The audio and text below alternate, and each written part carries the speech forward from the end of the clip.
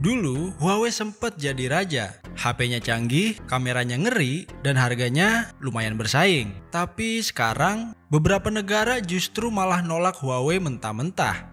Dilarang dijual, dilarang ikut tender jaringan, bahkan aplikasinya juga dikunci. Kenapa bisa separah itu? Apa karena masalah keamanan, atau karena persaingan bisnis, atau jangan-jangan karena politik? Di video ini gue mau ngebahas kenapa Huawei dilarang di banyak negara. Semuanya di Flashback in Gadget.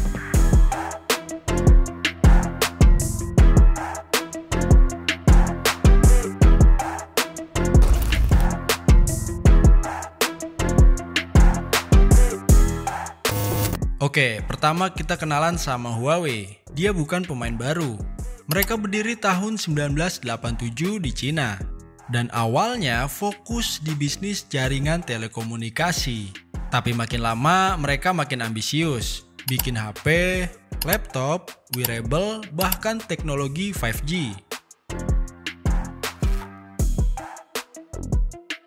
Sekitar tahun 2018-2019, Huawei udah masuk ke jajaran top 3 smartphone vendor dunia. Bersaing ketat sama Samsung dan Apple. Bahkan sempat jadi nomor 1 berdasarkan jumlah pengiriman unit di kuartal 2020. Kualitas kameranya juga nggak main-main. Bareng Leica, mereka bikin flagship kayak P20 Pro dan Mate series yang sempat ngegas di dunia fotografi mobile.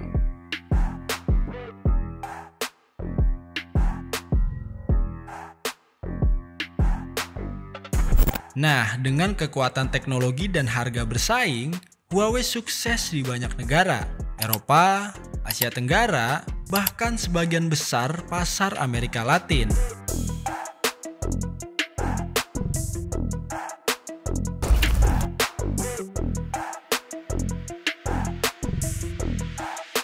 Masalahnya mulai muncul waktu Huawei dianggap terlalu dekat sama pemerintah Cina. Negara barat terutama Amerika Serikat mulai khawatir. Amerika nuduh Huawei bisa jadi alat mata-mata buat pemerintah Cina. Alasannya kurang lebih karena dia perusahaan Cina dan berdasarkan undang-undang intelijen Cina, semua perusahaan wajib bantu pemerintah kalau diminta. Nah, di situ jadi ribet. Amerika juga khawatir kalau perangkat Huawei, entah itu HP, router, atau infrastruktur 5G, bisa dipakai buat nyadap atau transfer data sensitif.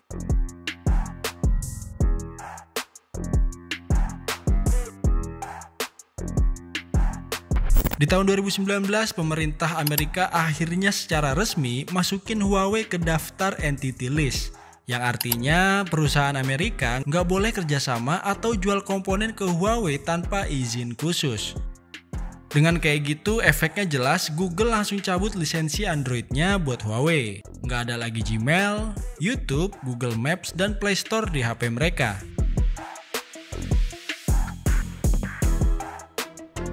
Nggak sampai di situ aja, chipset kirin mereka juga akhirnya kena imbas karena tergantung sama teknologi Amerika dalam proses produksinya.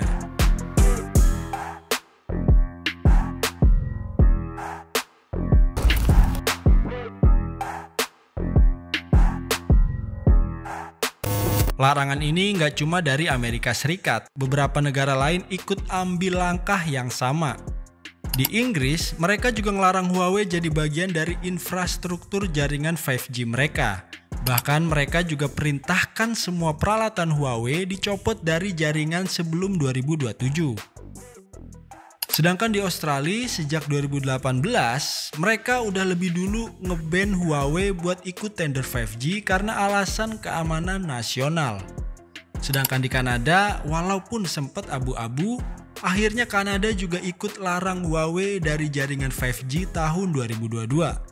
Di India secara nggak langsung ngeblokir Huawei dalam proyek jaringan dan batasin kerjasama teknologi.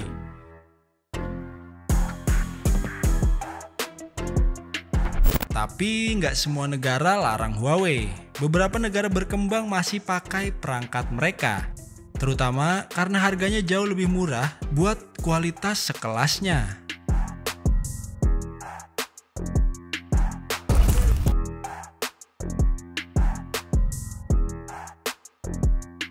Banyak analis bilang ini bukan sekedar soal keamanan, ini soal perang teknologi dan hegemoni antara Amerika dan Cina. Huawei dianggap sebagai simbol kekuatan teknologi Cina yang mulai bisa nandingin dominasi Amerika dan sekutunya. Dan kayak yang kita tahu, siapa menguasai teknologi, dia bisa nguasain informasi dan pengaruh global. Bayangin, kalau Huawei sukses besar, terus teknologinya jadi standar dunia, berarti banyak negara bakal bergantung sama teknologi Cina, bukan lagi Amerika.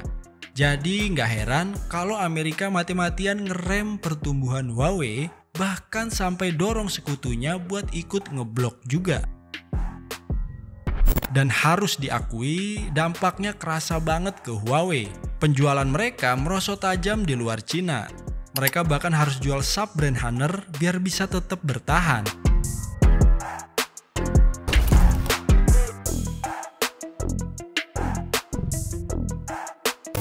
Tapi Huawei bukan perusahaan kecil yang langsung tumbang. Mereka adaptif. Mereka bikin sistem operasi sendiri yang dinamain Harmony OS sebagai alternatif Android.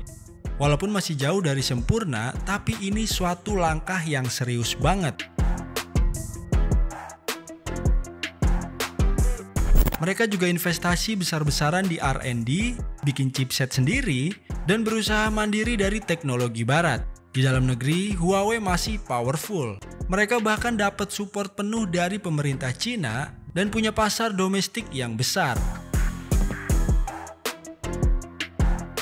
Sekarang mereka fokus di perangkat wearable, smart home, cloud, dan enterprise solution. HP mereka juga masih rilis, walaupun mayoritas lebih fokus ke pasar Cinanya.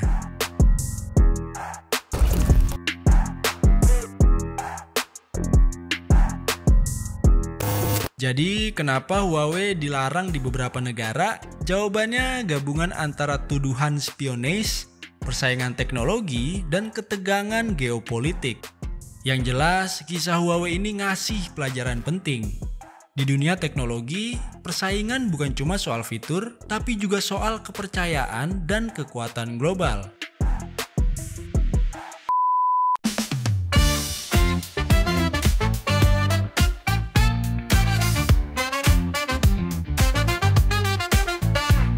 Tombol nyalain vibe, gadget baru hidupkan hype. Teknologi bikin kita fly, Nayonet bawain yang high. Asper dan tone detak di hati, saxophone masuk makin berarti. Info gadget semua di sini, Nayonet tempatnya pasti. Nayonet yuk kita cek, teknologi bikin kita connect. Gadget keren bikin respect, nonton terus jangan reject. Video smooth, info lengkap, harmonis suara bikin asyik rap. Funky beat sambil kita snap, Nayonet selalu mantap. Saksikan tiap inovasi, bersama Nayonet sensasi. Teknologi masa kini inspirasi, tonton terus tanpa kompromi. Nayonet yuk kita cek, teknologi bikin kita connect. Gadget keren bikin respect, nonton terus jangan reject.